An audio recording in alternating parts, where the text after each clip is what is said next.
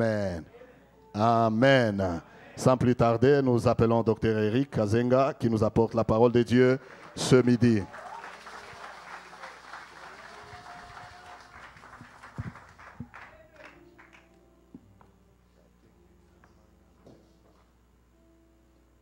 Touche ton voisin et demande à ton voisin s'il est dans la joie. Je vois il y a des gens qui ont des visages fermés, je ne sais pas. Il ne fait pas froid, il n'y a pas de neige. Je me pose la question, pourquoi tu es fâché? Demande à ton voisin pourquoi tu es fâché, pourquoi tu es si sérieux. Pourquoi tu es si sérieux? J'aimerais informer quelqu'un, vous savez, au mois de décembre, au mois de février, au moment où nous sommes présentement, nous sommes supposés avoir la neige. OK? Merci beaucoup. Nous sommes supposés avoir la neige. Mais Dieu permet qu'il n'y ait pas de neige. Dieu a permis qu'il fasse beau. Dieu a permis que tu sois en ces lieux. Mais je t'informe, c'est parce qu'il y a quelque chose que Dieu cherche à déposer dans ta vie aujourd'hui. Bah écoute, pour ceux qui y croient, j'aimerais que tu puisses me donner un bon amen. Si tu y crois, tu me donnes un bon amen prophétique. Tu me donnes un bon amen prophétique. Tu dois croire à ces choses. Tu n'es pas le fruit d'un hasard. Je crois fermement qu'aujourd'hui, ce n'est pas un hasard. Dieu a permis que tu sois en ces lieux. C'est justement parce qu'il a quelque chose de merveilleux qu'il aimerait accomplir dans ta vie. J'aimerais partager un sujet. Pour certains, ça ne sera pas commun. Peut-être que ça pourrait être la première fois que vous me voyez en train de prêcher par rapport à un sujet pareil, mais je vous informe que j'aime beaucoup ce sujet. Dans mon état d'ignorance, j'ai évité cela. Mais lorsque Dieu m'a ouvert les yeux, je me suis rendu compte que maintenant c'est un sujet auquel il faut en parler. On en parle souvent à l'extérieur, mais Dieu m'a mis vraiment à cœur, il m'a convaincu, je me suis battu avec ça, je me suis dit que Seigneur, non, je ne vais pas parler de ça. Il m'a dit que non, si tu en parles à l'extérieur, aujourd'hui tu dois aussi en parler dans la maison. Et je suis heureux parce que c'est un sujet qui va pouvoir libérer une bénédiction générationnelle dans la vie d'une personne dans cette salle. Touche ton voisin et dis-lui que Psaume 68 me dit que ton Dieu ordonne que tu sois puissant. Mais non, est-ce que vraiment un homme puissant parle tel que tu es en train de parler? Pourquoi tu as peur de regarder Isha? Mon Dieu ordonne que je sois puissant. Ton Dieu ordonne que tu sois puissant. Tu le crois? Ton Dieu ordonne que tu sois puissant. Tu dois être puissant. S'il y a des Alain Moloto qui sortent de Kinshasa, Dieu ordonne que tu sois aussi puissant afin que tu sois notre fierté dans cette ville. Déclare après moi, Isha, mon Dieu ordonne que je sois puissant. Déclare comme un homme, Isha. Tu déclares comme un musicien. Déclare comme un homme. Mon Dieu ordonne que je sois puissant. Si vous le croyez, dites Amen à sa place. Ton Dieu ordonne que tu sois puissant. Cet après-midi, j'aimerais parler de comment accéder à la prospérité financière. Vous savez, souvent, par intimidation, on aime tout simplement toucher ces sujets à 2 ou 3 minutes durant la prédication. Après, on essaie de s'évader. Mais aujourd'hui, j'aimerais t'informer quel est le plan de Dieu pour toi. Je prendrai tout mon temps pour te démontrer quel est le plan de Dieu pour toi et que tu puisses prospérer financièrement. Le temps est arrivé, bien-aimé. Vous savez, ces sujets, souvent, on est habitué à aller écouter ce genre de messages parce qu'on a entendu que Creflo Dollar est là ou bien TD Jakes. On y croit parce qu'on sait qu'ils ont déjà des private jets. Lorsque tu as encore un ouvrier, tu dois des fois prendre le métro le matin. Des fois, on est intimidé de parler de ces choses. Parce que tu te dis qu'après que je vais pouvoir démontrer aux gens que le plan de Dieu est que je sois prospère, les gens vont te dire le lundi qu'on t'a vu dans le métro. Bien-aimé, il n'y a pas un problème. Mais je déclare que ton Dieu ordonne que tu sois puissant. Tu y crois? Tu y crois? Tu y crois? Tu y crois? Job 38, 33, la Bible dit ceci.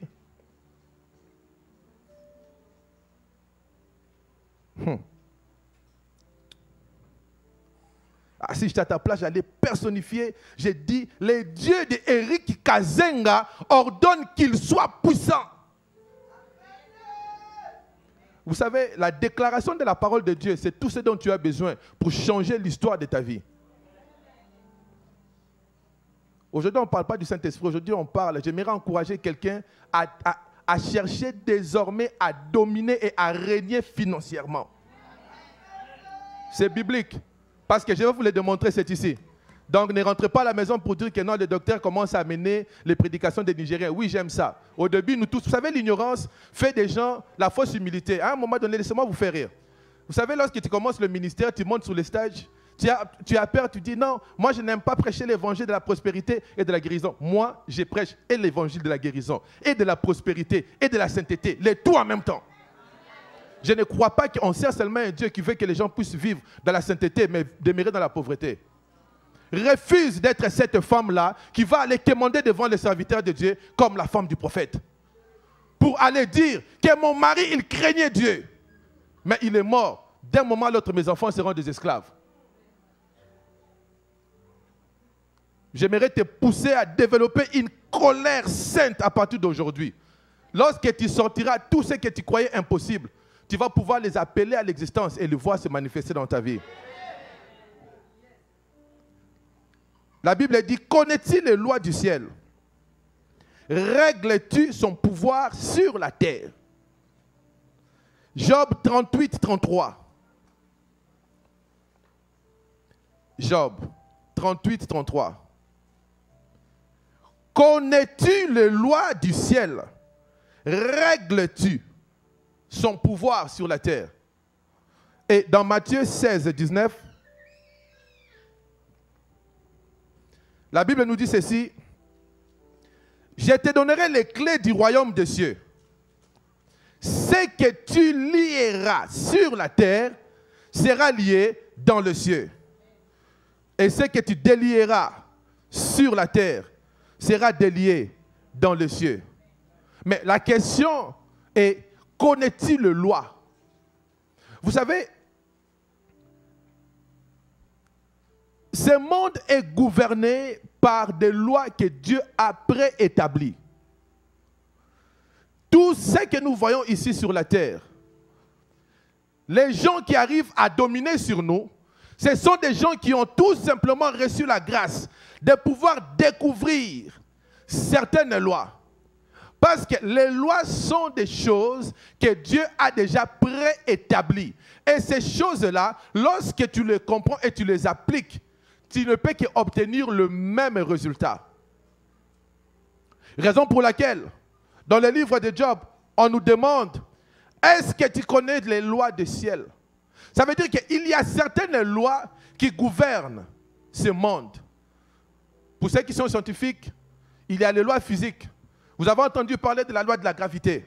Vous avez entendu parler de la loi de la pression. Pour ceux qui sont intéressés à la métaphysique, vous savez qu'il y a toujours une cause pour pouvoir obtenir un effet. Il y a toujours une cause pour chaque chose. Ça veut dire que dans la vie, il n'y a absolument rien qui arrive au hasard. Tu n'es pas le fruit d'hasard. En fait, laisse-moi t'annoncer même la bonne nouvelle. Ta naissance est tout simplement le fait que tes parents ont appliqué certaines lois biologiques préétablies par Dieu. Raison pour laquelle vous remarquerez que ces lois-là, que tu les appliques dans le mariage, que tu les appliques en dehors du mariage, ça produit que le même résultat. Maintenant, tu comprends maintenant pourquoi dans le domaine de la richesse, dans le domaine de la prospérité financière, ici je suis en train de parler de l'argent. Tu remarqueras que il ne s'agit pas seulement d'être trop spirituel pour pouvoir régner dans les finances. En fait, en réalité même, lorsque vous observez, nous sommes ici chrétiens, nous tous, lorsque vous observez très bien, vous allez voir que la plupart des chrétiens vivent comme la femme des prophètes.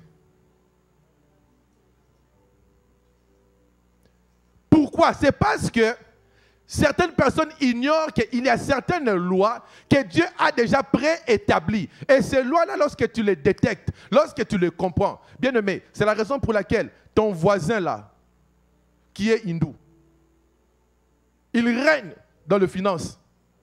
Mais tu te poses la question, toi tu as jeûné 21 jours, il y a des gens qui ont déjà jeûné 21 jours depuis que l'année a commencé. Mais tu ne comprends pas, après 21 jours, il y a la compagnie de collection qui t'appelle. Et c'est l'Indien qui envoie ces gens pour t'appeler. Mais écoute, on dit que c'est lui, je vais pouvoir le paraphraser, c'est lui qui emprunte et esclave de celui qui l'a prêté. Donc ça veut dire que si ces Indiens-là nous contrôlent financièrement, si soi-disant les occultistes nous contrôlent financièrement, ça veut dire qu'il y a une chose que nous n'avons pas compris. Pour pouvoir aussi aller à la hauteur. Ma prière cet après-midi est qu'une personne, un homme, une femme, va pouvoir prendre une colère générationnelle et il va pouvoir déclarer qu'à partir d'aujourd'hui, ma carte bancaire, je t'ordonne de ne plus jamais me dire non lorsque je t'insère dans un guichet automatique. Ah, si tu le crois, tu le dis Amen. Bien-aimé, il te sera fait selon ta foi. Vous savez, la prédication d'aujourd'hui, c'est une prédication de foi. Vous savez, dans le domaine de foi, nous sommes fous. Ne vous posez pas la question, lui, qu'est-ce qu'il veut nous parler? Je ne suis pas intéressé que tu me poses la question, qu'est-ce qu'il veut nous parler? Je t'annonce ce que la parole de Dieu annonce. Et si tu y crois, tu verras les effets. Connais-tu les lois du ciel? Jésus dit à ses disciples, voici, je vous ai donné les clés. Touche ton voisin, dis-lui que j'ai des clés. J'ai des clés. Mais pose-lui, est-ce que j'utilise les clés? Vous savez, tu peux avoir une bonne trousse avec des clés. Mais si tu ne sais pas identifier les bonnes portes, même avec une clé, tu dois identifier aussi la bonne position. Une clé n'ouvre pas nécessairement parce que tu as la clé. Tu dois bien l'insérer pour pouvoir obtenir le bon résultat. Et Jésus, il regarde ses disciples, il leur dit, écoutez, arrêtez de me poser les questions. Je suis venu pour pouvoir restaurer le plan de Dieu, le plan divin pour l'humanité. Vous savez, le royaume des cieux, c'est la restauration de l'état de l'homme tel que Dieu l'avait créé et établi dans le jardin d'Éden. Lors de la création, Dieu avait créé l'homme pour que l'homme puisse dominer, pour que l'homme puisse régner, pour que l'homme puisse jouir d'une intimité directe avec lui. Mais lorsque l'homme a péché, l'homme s'est détourné de la pensée de Dieu. Gloire soit rendue à Dieu parce que tu es né durant la dispensation, lorsque Jésus-Christ a payé le prix à la croix. Le prix que Jésus a payé n'était pas seulement pour que tes péchés soient pardonnés. Ça, c'est une dimension du royaume. Ça, c'est une dimension. C'est tout simplement une clé qui ouvre une porte. Il y a une autre clé qui ouvre la porte de la santé. Il y a une autre porte qui ouvre la porte des finances. Il y a une autre porte qui ouvre la porte du mariage. Mais maintenant, le problème est que tu seras béni selon les clés que tu utilises pour pouvoir ouvrir. Parce que si tu connais les lois des ciels, tu pourras facilement utiliser les clés appropriées pour chaque porte. Et voici l'autorité que Dieu vous donne. Dieu nous dit qu'il t'a donné le pouvoir de pouvoir lier et de pouvoir délier. Ça veut dire qu'il y a des choses que si tu comprends, tu peux facilement les lier. Ça veut dire que la pauvreté, Dieu te dit qu'il ne s'agit pas de moi. Je te donne la clé. Pourquoi tu ne peux pas lier la porte de la pauvreté dans ta vie? Dans ta génération, pourquoi tu ne vas pas commander à la pauvreté de pouvoir s'éloigner? Aucun fléau ne s'approchera de ta tente, mais tu dois utiliser les bonnes clés. Connais-tu les lois du ciel? Vous savez, il y a des lois spirituelles. Et parmi les lois spirituelles,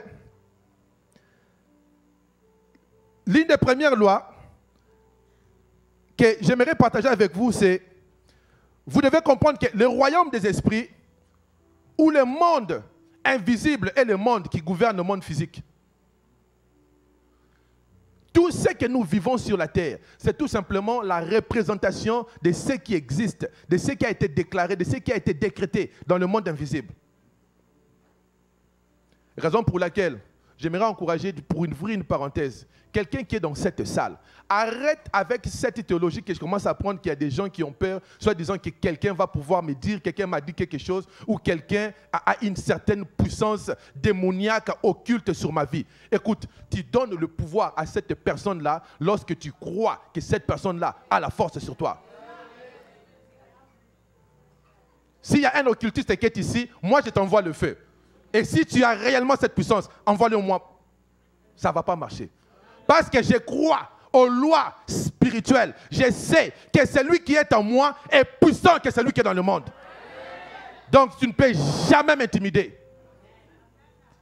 Ne sois pas ce chrétien-là qui va pouvoir paniquer. Soit disant que non, on m'a dit que ton voisin qui est assis à côté a une certaine puissance. Pourquoi lui a une puissance et toi tu n'as pas de puissance? Mais connais-tu les lois? Est-ce que tu utilises la bonne clé? Parce qu'on te dit que tu as les pouvoirs, des pouvoirs liés. Mais écoute, tu les lis avec son occultisme, avec sa sorcellerie. Je ferme la parenthèse, on parle de l'argent.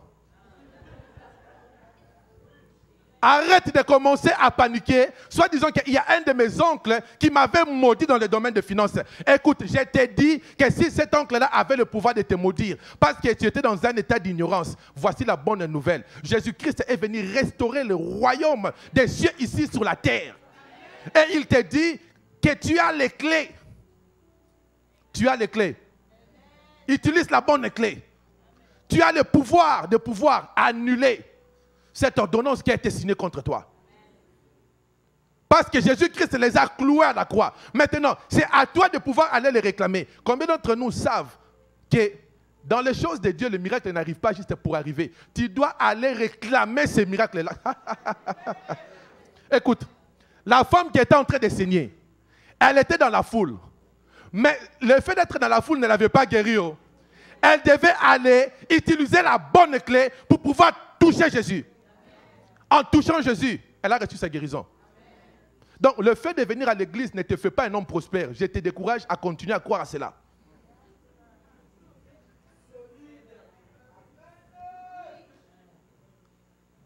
Le monde invisible gouverne le monde physique. Si tu comprends cela, tu ne pourras plus paniquer. Raison pour laquelle lorsqu'on dit que nous prions et que par la foi nous croyons à ce que nous avons dit, vous nous dites que non, vous les pasteurs, vous priez toujours. Oui, mais bien aimé, c'est parce que je viens d'accéder à une couche que toi tu ne peux pas accéder. Et dans cette couche-là, j'opère tout simplement avec la foi. Je libère certaines choses et j'attends maintenant la manifestation physique. Connais-tu les lois? Quelle est la situation dans ta vie que tu es en train de traverser financièrement au lieu de continuer à pleurer? Vous savez, j'ai vécu des miracles dans ma vie. J'ai prié pour des gens, j'ai travaillé avec des gens, on a vécu des miracles. Bien aimé, le domaine de la foi, c'est un domaine de folie. Si tu es un homme de foi et que personne ne t'a jamais dit que tu fais des choses comme si tu es un peu déréglé dans ta tête, ça veut dire que tu n'as pas encore atteint le domaine de la foi. Bien aimé, la foi, c'est la chose qui te permet, on te dit que ces dossiers, ça appartient à ta femme. Ta femme a un nom féminin. Mais parce que cette situation-là est en train de te déranger, tu prends le téléphone, tu appelles un bureau, là où on dit qu'on ne peut que parler avec la personne responsable de ces dossiers. Et le nom est clair que c'est un nom féminin. Mais toi, tu prends le téléphone, tu dis que parce que je ne crois pas que cette situation doit continuer à en durer dans ma maison, tu appelles. La personne te pose la question, est-ce que tu es la madame telle? Tu dis avec foi, non. Mais la personne commence maintenant à t'écouter. Tu négocies, tu obtiens les résultats. Et on vient, on te demande, ok, demande tout simplement maintenant à la concernée de pouvoir nous appeler. C'est ça la foi. Parce que la foi trace un chemin là où il y a l'impossible. La foi va pouvoir creuser là où les hommes disent qu'ici, il n'y a pas d'eau. Mais parce que tu as la foi, parce que tu crois qu'en toi, il y a la nature de la divinité, tu appelles à l'existence de l'eau. La foi, bien-aimé, je l'ai expérimenté. L'année passée, c'était une année de folie de foi. Que ce soit dans ma maison, que ce soit avec des gens avec qui on a travaillé. On a vu la main de Dieu se démontrer dans des circonstances que, humainement parlant, selon ce qu'on appelle les guidelines, il n'y a absolument aucune solution. Ah, oncle, que Dieu vous bénisse. Mais parce que vous avez la foi, vous vous dites qu'on va y aller. Vous avancez, le diable aussi, il vient, il vous secoue. Il vous montre que selon les guidelines, ça ne marchera pas. Vous vous dites comme les 4 lépreux. Écoutez, nous avons déjà tout perdu. Mais nous souffrons. Comme nous avons la foi, jetons-nous tout simplement dans les camps des Syriens. Vous vous jetez comme ça, et par la foi, vous voyez la situation se décompter. Vous vous dites que non. Peut-être qu'on croit que la personne a commis une erreur. On attend encore 24 heures. Le même résultat. 48 heures, le même résultat. Après, ça devient normal. Vous commencez à vous dire que oui, ça a réellement marché. La deuxième loi spirituelle. Vous devez savoir que le pouvoir spirituel est libéré à travers les paroles. Dans le monde des esprits, dans le monde spirituel, tout est fait à travers la parole. Raison pour laquelle, dans le livre de Proverbes, on dit que tu es l'image de tes pensées. Parce que tes pensées reflètent tes paroles. Maintenant, tu comprends et tu réalises pourquoi des fois tu as des difficultés financières. C'est parce que lorsque tu confesses dans ta bouche des difficultés, tu confesses que rien ne marchera. Je te garantis que rien ne va jamais marcher. Parce que tu es en train d'entrer dans le rayonnement spirituel sans que tu le saches et tu fais des déclarations qui vont pouvoir t'induire en erreur. Dans le monde spirituel, on libère tout à travers la parole. La troisième loi spirituelle que tu devrais savoir, c'est Dieu a tout créé à travers la parole. Dieu a tout créé à travers la parole. Tu dois apprendre à faire bon usage lors de la création des choses dans ta vie. Je te garantis, si tu commences à déclarer aujourd'hui que moi, je ne mourrai pas pauvre et que je vais pouvoir devenir millionnaire, tu te fixes un montant, je te donne une des clés. Ça peut ne pas arriver aujourd'hui. Ça peut ne pas arriver le lendemain. Mais à force de déclarer cette chose-là, de déclarer cette chose-là, de déclarer cette chose-là, parce que la Bible dit que la foi vient de ce que l'on entend. Tu ne peux que nourrir ta subconscience à travers les paroles qui sortent de ta bouche. Connais-tu les lois du ciel? Est-ce que tu fais bon usage des paroles qui sortent de ta bouche? Tu es là souvent, on t'appelle comment? Ah, gars, ça va mal, ça va mal. Moi, ça va très mal. Frère, ça va très mal. Non. Un homme de foi ne dit pas ça va très mal. Ça va, frère, ça va. Pourquoi tu dis ça va très mal? Parce que tu avais reçu une lettre de Revenu Canada. L'église en reçoit, nous en recevons, nous tous on reçoit. Pourquoi? Parce que toi tu as reçu seulement, tu as demandé seulement $500. Le malheur commence. Mais pourquoi tu ne peux pas invoquer un Dieu qui va te permettre de pouvoir naviguer au-dessus des $500? Mais je te donne la solution. Vous savez, ce monde est bien conçu pour pouvoir contrôler ce que nous faisons. Je vais vous faire rire. Certains d'entre vous ici, vous rêvez d'obtenir de bons boulots. Les jours que tu obtiens une augmentation salariale de $15 000, tu viens ici, tu témoignes, on dit gloire à Dieu. Revenu Canada se dit, ah, toi tu as reçu $15 000. Ils te laissent utiliser tes $15 000 durant l'année.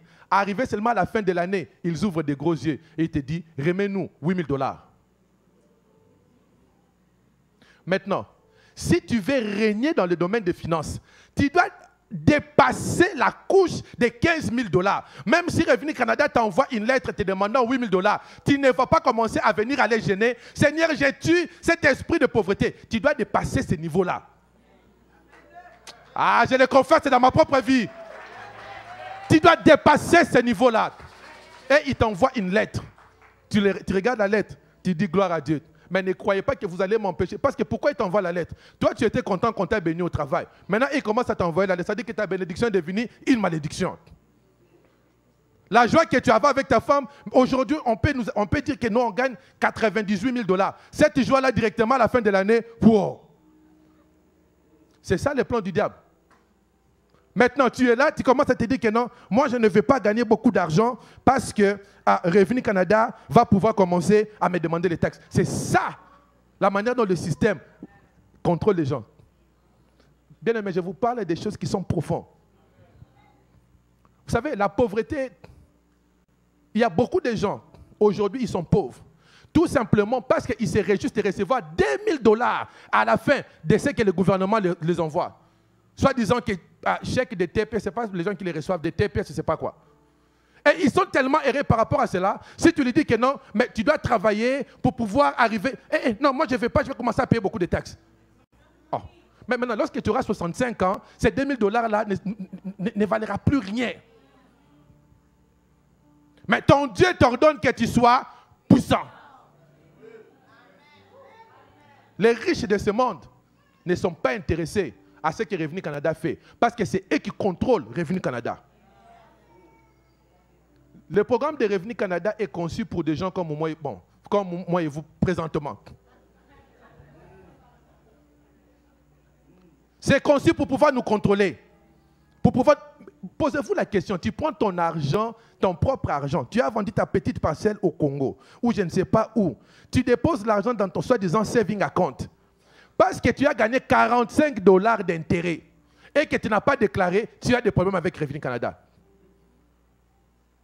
Et après, maintenant, tu commences à avoir peur d'amener ton argent. C'est ça le plan du diable. Parce que lorsque tu atteins une couche où tu commences à dominer dans le domaine des finances, vous savez, l'avion, lorsque ça prend l'altitude, il y a certaines zones où il y a la pression atmosphérique qui contrôle l'avion. Mais un bon pilote, pour pouvoir aller à une vitesse de croisière, il monte, il coupe une couche. Lorsqu'il atteint une couche, regardez, si vous voyagez souvent, vous allez voir la vitesse dans laquelle l'avion est en train d'aller. Mais lorsque vous restez à l'intérieur, ça paraît comme si c'est rien. Mais vous allez vite. C'est ça le domaine des richesses. Lorsque vous atteignez une certaine couche où vous commencez à dominer sur les finances, c'est vous qui dominez. C'est vous qui décidez de ce que l'argent est supposé faire pour vous. Vous allez commencer à rester comme ça. C'est comme si l'avion n'avançait pas. Mais frère, c'est parce que tu en as beaucoup.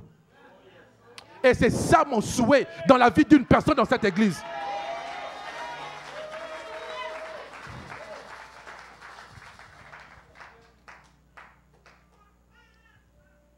La quatrième loi spirituelle que j'aimerais partager, avant de pouvoir nous donner les remèdes de comment accéder, la quatrième loi, c'est le créateur contrôle et il a les droits d'auteur sur la création.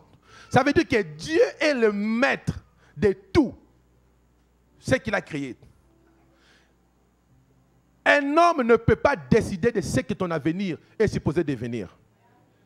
En tout cas, néanmoins, moi, mon épouse, mes enfants, on dit non. Parce que si toi tu es homme comme moi, quel est le pouvoir que tu as sur moi pour pouvoir décider de ce que je dois devenir? Parce que tu ne détiens pas le droit d'auteur. Est-ce que tu étais là lorsque Dieu avait soufflé sur mes narines afin que je sois à son image? Est-ce que tu étais là? Alors pourquoi tu donnes les droits d'auteur à la personne qui est assise à côté de toi? C'est un peu compressé, vous allez pouvoir les décompresser à la maison. Connaît-il les lois? Aucune personne, un homme n'a pas le pouvoir de pouvoir décider sur le sort de ta progéniture. Je le dis et je le déclare toujours qu'un homme n'a aucun pouvoir de pouvoir décider ce que tu deviendras le lendemain. Le seul moment qu'un homme peut faire ça, c'est lorsque l'homme fait ce qu'il avait commis comme erreur dans le jardin d'Éden. Il prend ce qui lui a été donné et il le donne à Satan. Mais la Bible nous dit qu'en Jésus, tout nous a été restauré. Tout nous a été restauré. La santé t'a été restaurée. Le mariage t'a été restauré. L'argent t'a été restauré. Parce que lorsque Dieu a créé l'homme, Dieu a placé l'homme dans le jardin d'Éden. Dans le jardin d'Éden, bien-aimé, Dieu n'a jamais placé l'homme dans la brousse. Peut-être vous lisez mal la Bible. La Bible n'a jamais dit le jardin est différent de la brousse. Dans les jardins, tout est ordonné. Dans les jardins, tout sent bon. Dans les jardins, vous savez, lorsqu'une personne, je me rappelle encore lorsqu'on était au Congo, il y avait certains papas qui avaient de l'argent. Lorsque vous rentrez chez eux, ils ont réellement ce qu'on appelle des jardins. Lorsque vous rentrez comme ça, vous vous dites vraiment que non, ici tu sens que dans cette parcelle, il y a réellement la prospérité. Parce que dans un jardin, il y a le confort. Vous sentez que c'est vraiment fait pour que les gens qui ont de l'argent puissent y habiter. Et c'est dans cet environnement-là que Dieu t'avait placé lors de la création.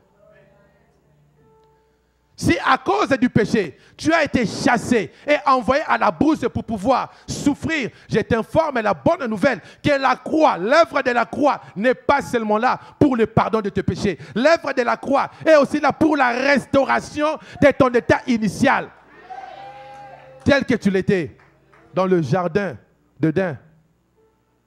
Maintenant, le problème est que tu as été chassé du jardin. En Jésus, toi, a été restauré. C'est à toi de retourner et d'utiliser tes clés pour pouvoir accéder à toutes les portes du jardin. La Bible nous dit, lorsque vous lisez dans le jardin, vous allez voir que dans le jardin, il y avait des pierres précieuses. Ça veut dire qu'il y avait l'argent. Bien-aimé, refuse cet évangile missionnaire qui nous a été enseigné. Soit disant que non, l'amour de l'argent, c'est le mot. Bon, la racine de tous les mots. Ce n'est pas vrai. C'est l'amour de l'argent lorsque tu vas placer l'argent devant Dieu. Parce que n'est-ce pas que Salomon dit que l'argent répond à quoi? À tout. Maintenant, si quelque chose qui répond à tout, c'est la racine de tous les mots. Ça veut dire qu'on ne doit pas y en avoir. Mais si on ne peut pas en avoir, ça veut dire qu'on ne peut pas fonctionner. C'est parce que la plupart des gens croient que l'argent, c'est le papier. L'argent, ce n'est pas le papier que nous touchons. L'argent, ce n'est pas des pièces que nous avons dans nos poches. L'argent, c'est ta capacité de pouvoir dominer sur la nature et de commander à la nature de faire ce que toi tu veux. Si tu as l'argent, si j'ai l'argent et que je vais aller bénir les gens présentement dans un stade, je ne sais pas, au Congo. Bien aimé, parce que j'ai l'argent, je vais pouvoir engager des gens, on prend l'avion, on organise, on amène les instruments, on bénit et les gens sont guéris. Vous voyez la beauté de l'argent? Mais si tu n'as pas l'argent, tu vas commencer à venir tout le temps prier, tout le temps prier. Mais tu pries pour des choses, oui, ça va pouvoir marcher dans le monde spirituel. Mais parce que tu n'as pas cette autorité de pouvoir dominer sur la nature, les âmes ne sont pas sauvées. Raison pour laquelle Jésus, dans son ministère, Jésus avait des partenaires, avait des gens qui avaient de l'argent. Jésus n'a jamais fait le ministère seulement dans l'esprit. Il en avait tellement qu'au point que Judas pouvait en soutirer et que les disciples savaient qu'il en a soutiré, mais c'était tellement en masse que ce n'était pas la préoccupation de Jésus. Jésus n'était pas entouré de pauvres. Les Matthieu que vous voyez, les collecteurs de taxes n'étaient pas de pauvres. Il guérissait le malade. Mais parce qu'il était venu restaurer ce que l'homme devait bénéficier dans le jardin d'Éden, il avait aussi des moyens. Paul était capable, au début de son ministère, de pouvoir exercer le ministère à une vitesse de croisière. Vous savez pourquoi? Parce que c'était un homme d'affaires. Paul avait de l'argent, il concevait des tentes, il les vendait et ça finançait son ministère. Au point où il a écrit, pour pouvoir se vanter, il a dit que je ne suis pas comme d'autres prédicateurs qui se battent tout le temps pour les $1. Pourquoi il a écrit ça? Mais c'est parce qu'il en avait.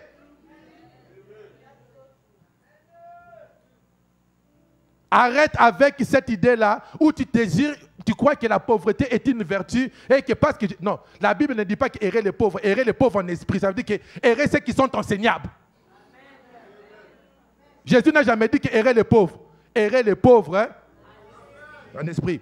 Pourquoi? Parce que les pauvres en esprit doivent recevoir quelque chose de nouveau. et leurs vases ne sont pas remplis. Ne va pas avec l'évangile missionnaire et errer les pauvres. Les missionnaires venaient chez nous nous enseigner que la pauvreté est une vertu. Et même, ils étaient des grands collaborateurs de tous les rois des pays qu'ils représentaient pour pouvoir ramener les ressources de chez nous et les envoyer à l'Occident. Je vous dis des choses vraies. Ce n'est pas par la colère. Dieu nous a ouvert l'intelligence. Touche ton voisin, dis-lui que je dois dominer dans le domaine des finances. Ah, il y a des gens qui ont honte. Il y a des gens qui ont honte. Sandra répète après moi, je dois dominer dans le domaine des finances. Il te sera fait selon ta foi. Vous savez, dans la vie, je dis toujours que c'est bien lorsque des gens dans l'église, on te demande de confesser, tu as honte. Parce que tu pourras être celui qui va commencer à construire les pyramides pour les Égyptiens. Refuse de pouvoir bomber des cailloux, frère. C'est parce que tu ne déclares pas des choses qu'on te demande de déclarer. Tu seras là, tu devras devenir un ouvrier pour bomber des cailloux, pour aller bâtir des pyramides. Or, Dieu t'a donné le même pouvoir, le même clé pour pouvoir ouvrir et devenir la personne que Dieu souhaite. Alors, on lit rapidement pour pouvoir commencer à atterrir. On va voir maintenant, en réalité, ce que je viens de nous dire. Deutéronome 8. Est-ce que vous êtes prêts? On y va. Deutéronome 8, on commence à partir du verset 6.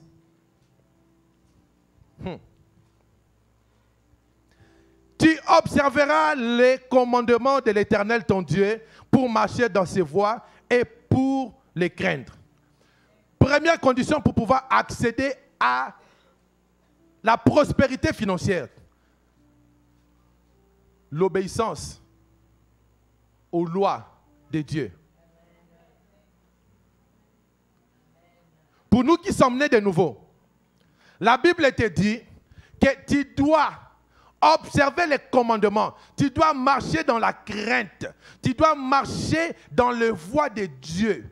Pourquoi? Parce que la richesse que nous accumulons et la richesse que le monde accumule est différente seulement par rapport à un seul point. Nous accumulons notre richesse dans la justice et ils accumulent leur richesse dans l'injustice. Pour pouvoir utiliser tes ressources pour l'avancement du royaume, tu dois marcher selon les commandements. Ça veut dire que nous n'amassons pas l'argent à travers la fraude. On ne va pas détruire des gens, on ne va pas faire des fétiches pour pouvoir avoir l'argent. Notre argent est accumulé à travers les promesses de la parole de Dieu, à travers notre crainte de Dieu. Première clé. La Bible va et continue et dit ceci.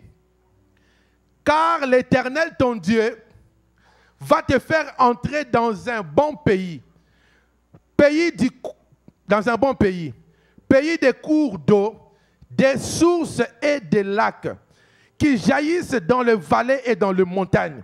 Je ne sais pas si vous comprenez cette dimension de bénédiction. Ça veut dire que lorsque Dieu a sorti les enfants d'Israël de l'Égypte, le plan de Dieu était que les enfants d'Israël puissent vivre une bénédiction qui couvre les 4 angles de la terre. Là où il y a des rivières, tu en as. Là où il y a des rivières, tu en as. Ça veut dire que là où tu manquais de l'eau dans le désert, parce que je t'ai fait rentrer dans la terre que je t'ai promis, tu ne manqueras plus de cela. Bien-aimé, tu n'es pas le fruit d'un hasard, à moins que tu fasses cette déclaration envers toi-même. Tu n'es pas le fruit d'un hasard.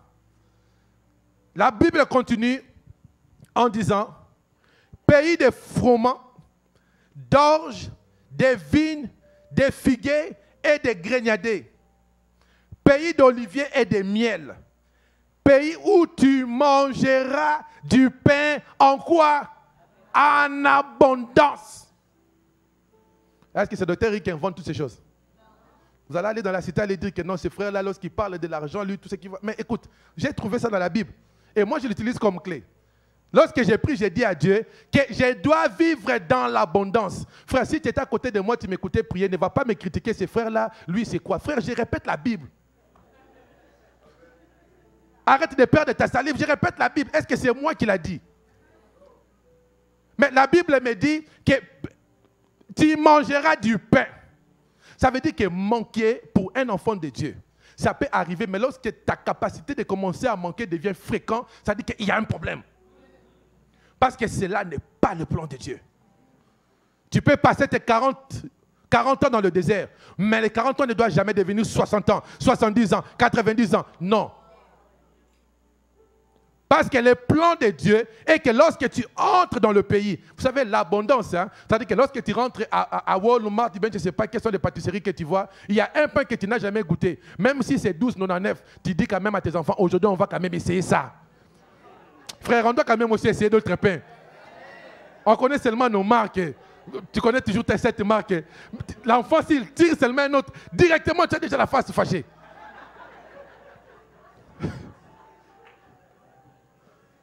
Le plan de Dieu est que tu en manges en abondance. Vous achetez, vous mangez, pasteur. Lorsque vous n'aimez pas le goût, bon, vous dites qu'on n'a pas péché, on a quand même néanmoins essayé. Ah, frère. Tu en manges, frère. Tes enfants amènent un linge, tu ramènes les linges à la maison, tu ne commences pas à les taper. Tu vis en abondance, tu dis seulement que non, la prochaine fois, fini les linges. Tu tapes parce que toi, tu fais les calculs, on avait 2 petits jus qu'on avait achetés. Si ça finit, on est foutu. Vis en abondance, il dit que je marcherai dans l'abondance. Je marcherai dans l'abondance. Mais c'est biblique.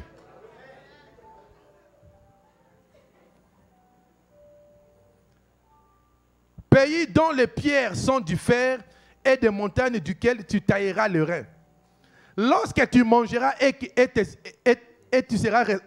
lorsque tu mangeras et te rassasieras, tu béniras l'Éternel ton Dieu pour le bon pays qu'il t'a donné. Deuxième clé.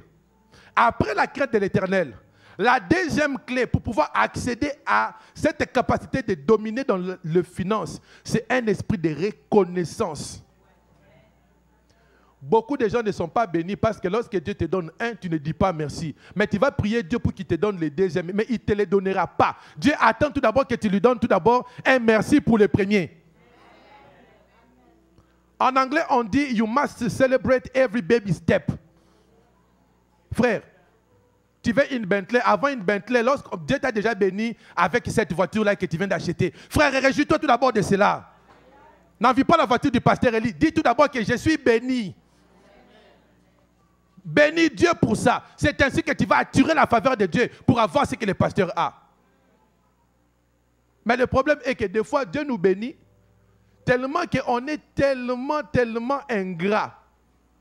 À peine que Dieu a terminé de te bénir à 10 heures. À 10 heures, 2 minutes, tu commences à le plaindre. Seigneur, moi dans ma vie, rien ne marche jamais. Seigneur, frère, est-ce que tu peux jeter ce genre de CD de ta voiture? Oh. Ça veut dire en français, d'autres reçoivent et moi je ne reçois pas. Non, n'écoute pas ce genre de musique. Tu es en train de confesser des choses qui vont pouvoir te détruire toi-même. Pourquoi toi tu ne vas pas avoir?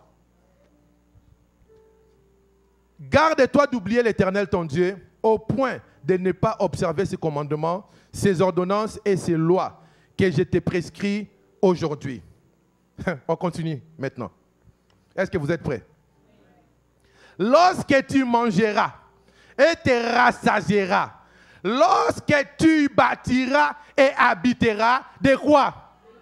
Ah frère, répète à haute voix. Mais frère, c'est biblique. Arrête de répéter comme si tu es intimidé. Répète, lorsque j'habiterai de... Regarde ton voisin du lit. La Bible me dit, lorsque j'habiterai de belles maisons. Frère, si tu crois à la parole de Dieu, déclare-le. Lorsque tu habiteras de belles maisons, mon petit.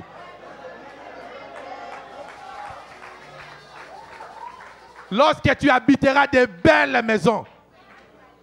Vous voyez maintenant comment est-ce que le diable a bandé les yeux de plusieurs personnes. Parce que, écoute, ça ce sont des promesses. Vous savez, le livre de Deutéronome, c'est un livre que Moïse a écrit avant que les enfants d'Israël puissent... En fait, le livre de Deutéronome, dans le monde théologique, on dit que ce sont les dernières prédications de Moïse. C'est un livre que Moïse a écrit juste avant qu'il meure, avant que les enfants d'Israël puissent traverser le Jourdain avec Josué. Et la préoccupation de Dieu était que lorsque vous allez bâtir et habiter des belles maisons, arrête de te croire que oh non, les gens vont me dire que je suis vantard. Frère, il n'y a pas question d'être vantard. Tu vois comment est-ce que le diable t'a trompé? Et ne va même pas avec des idées se disant que non, oh, on me dit qu'un mortgage, je vais commencer à payer. Frère, je vais vous révéler quelque chose. Vous savez, dans l'Ancien Testament, pour pouvoir obtenir une propriété partout dans le monde, il n'y a que trois méthodes pour pouvoir obtenir. La première méthode par rapport à l'Ancien Testament, c'est à travers la conquête. La conquête, c'est quoi? C'est-à-dire que vous allez vous battre. Vous attaquez une nation et lorsque vous arrivez à déloger cette nation, ce que vous faites, c'est quoi? Vous vous emparez de ces terres. Première façon. Mais ça veut dire qu'il y a un prix à payer. Lorsque vous allez vous battre, il y aura vos enfants, vos pères, vos oncles qui doivent mourir afin que d'autres personnes puissent aller posséder cette terre-là. La deuxième façon, partout dans le monde, où tu peux obtenir une propriété, si tu n'as pas beaucoup d'argent, ça veut dire que c'est lui qui a l'argent, doit te le prêter. Et lui doit gagner des intérêts parce qu'il est en train de t'établir là où tu es. Et la troisième, que nous tous on souhaitera, mais souvent ce n'est pas toujours disponible, c'est à travers l'héritage. Mais tu peux être celui qui peut décider de pouvoir déclencher une lignée d'héritage où tes enfants et tes arrière-enfants vont pouvoir posséder des terres. Paye ses prix. Soit tu es un homme, tu vas prendre le risque de mourir, ou tu prends une dette et tu continues à payer. On nous met dans la tête, ah non, tu vas pouvoir souffrir. Frère, laisse-moi vous faire rire. Les jours que tu t'es marié, ma soeur, tu n'avais pas d'enfant. Tu entendais toujours lorsque tu vas accoucher, c'est pénible. Tu as eu ton premier fils. Les deuxièmes, tu as eu le deuxième enfant. Les troisièmes, les quatrièmes enfants, les cinquièmes. Est-ce que tu es déjà mort? Non. Maintenant, pourquoi toi tu crois que si tu as une dette aujourd'hui, que tu vas mourir? Qui est cette personne-là qui a vu dans un cimetière, on a enterré quelqu'un parce qu'il a eu un mortgage?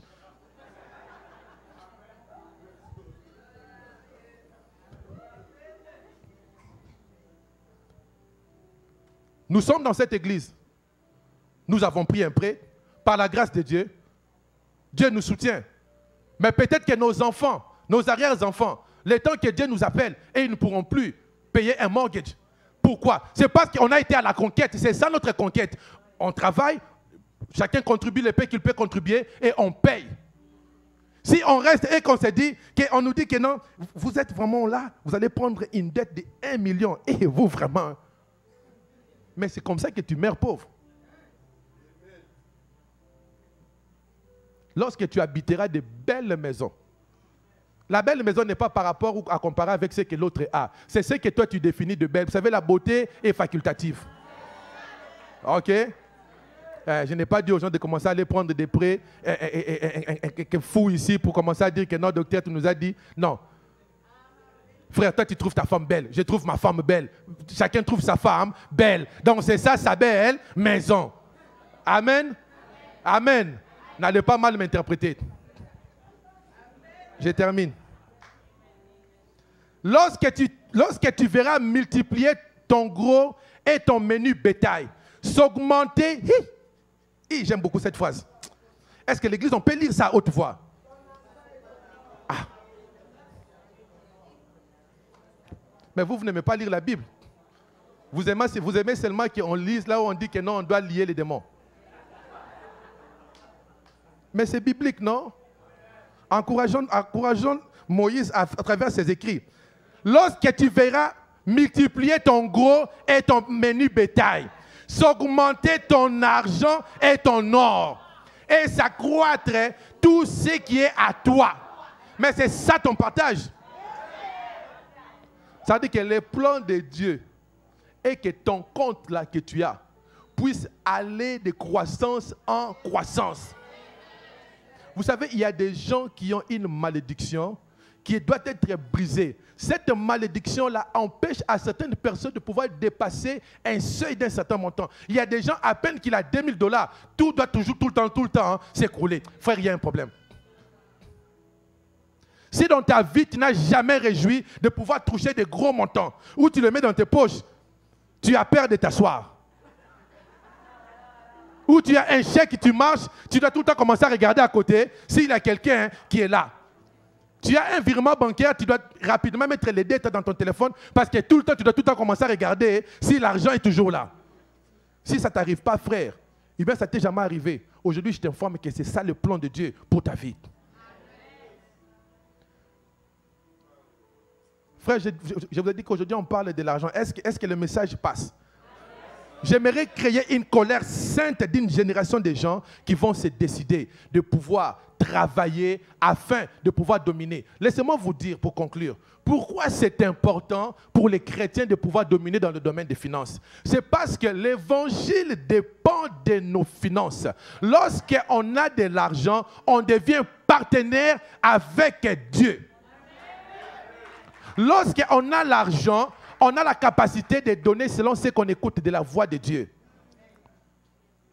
Lorsqu'on a l'argent, tes yeux seront capables de pouvoir identifier le besoin dans l'église, dans le corps du Christ. Est-ce que je parle à quelqu'un? Tu seras en mesure de pouvoir te rendre compte qu'aujourd'hui, tout le temps, ces baffles ici, ça saute. Mais peut-être que toi, tu as la capacité, cette période-là, de dépenser $2000. Parce que tu as l'argent, tu vas juste appeler le pasteur et lui dire, écoute, on remplace ce baffle-là. Et en plus de cela, tu reçois une bénédiction paternelle. Parce que ce genre de prière, lorsque le pasteur le fait, la salive tombe. Parce qu'il doit sortir ce qui est du fond.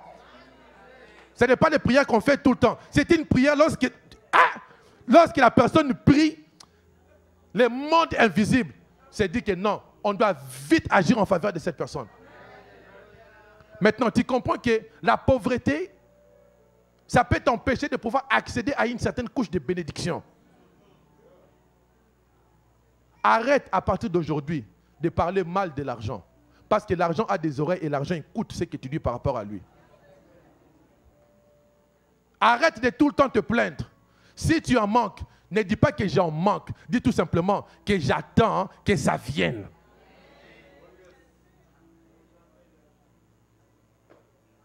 Utilise ton argent pour contribuer pour l'avancement de l'œuvre de Dieu.